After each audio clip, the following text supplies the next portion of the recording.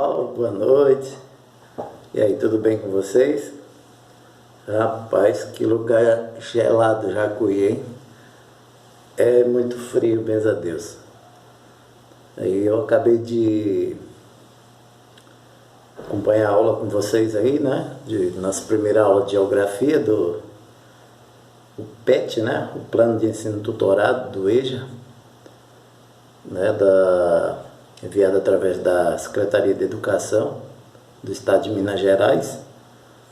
E nós estamos aqui, né? Vamos tentar ajudar vocês de alguma forma, tá? Aí eu levantei rapidinho para ir ali beber uma aguinha, uma coisa, e deixei minha poltrona aqui, né?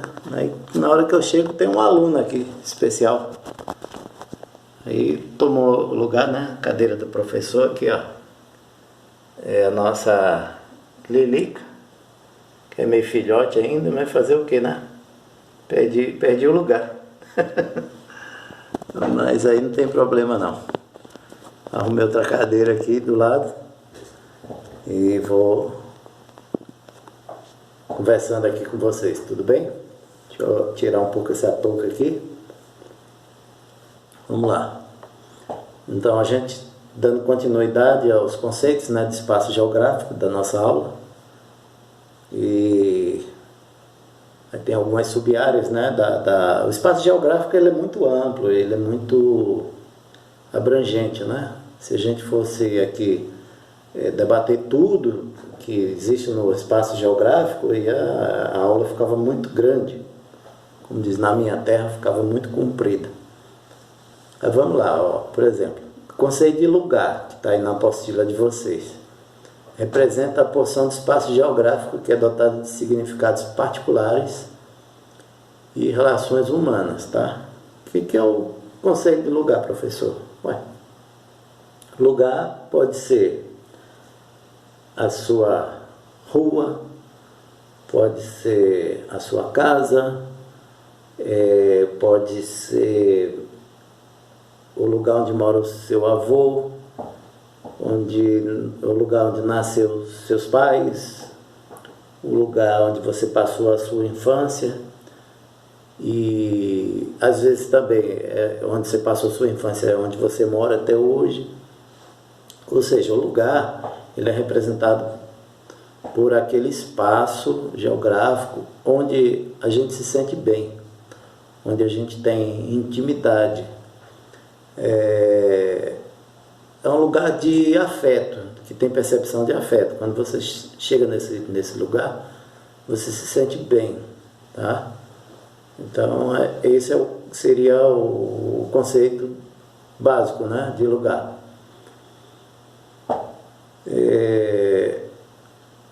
Depois vem o território. Vou ler o início aqui do conceito, diz assim: o território é uma relação de poder e é um dos principais e mais termos utilizados da geografia, pois está diretamente relacionado aos processos de construção e transformação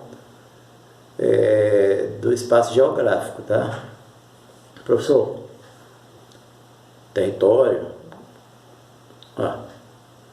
eu ouvi falar muito do território brasileiro, tá certo? Tá certinho. É o território brasileiro, é o território nacional, é o território que denomina o espaço do nosso país, do nosso Estado-nação. Quando se fala Estado-nação, se fala de país, tá? Pode ser também chamado o território do Estado, tá? Existiam inclusive alguns territórios no Brasil que depois passou a se chamar Estado, né? Antigamente existia, por exemplo, o território do Amapá, o território do Acre.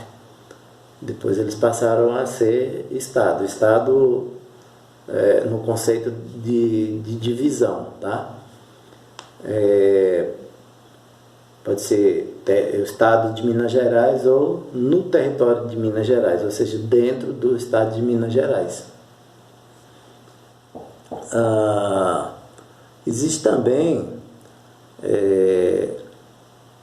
uma forma, um conceito que diz assim, que a divisão territorial, ou seja, por exemplo, pegar uma nação, citando o exemplo do Brasil, e subdividir ela em estados também. É uma forma de facilitar a administração, certo? E existem também os territórios denominados por poderes paralelos, tá? Então, por exemplo, lá no meu quintal, eu tenho um cachorro lá, o cachorro bravo pra caramba. E lá às vezes vem uns gatos lá do vizinho, começa a passear, ele começa a ficar bravo, ele late. Por quê? Porque ele está falando assim, aqui é o meu território, não vem não, não desce aqui não, senão aqui o pau vai comer, o pau vai cantar. E o meu cachorro, meus animais, eles são criados dentro de casa, né? Meus gatos, meus cachorros, não deixo para rua não. Então é o território deles, tá? Aqui dentro de casa é o território dos gatos. Quando o cachorro quer entrar para dentro de casa, os gatos não deixam, já se armam para ele. É um conceito de território. Estou falando dessa forma para simplificar. Então existe, inclusive até, por exemplo, o território dos poderes paralelos que existem nas comunidades, nas favelas, nas grandes cidades, né? Que você sabe, né? O território assim do líder ali daquela comunidade, tem outra área que é território de fulano de tal, que ele comercializa certos produtos ali, tá, ali é o território dele. Então quando vem um líder de um outro local, de uma outra facção, tentar comercializar, invadir aquele território, há conflito. Então o conceito de território é isso aí, é uma relação de poder. Tudo bem? E vamos falar também de regiões. Conceito de região. As regiões são espaços geográficos divididos de forma tal que visam, por exemplo, a facilitação da administração pública, que eu até falei agora a respeito disso.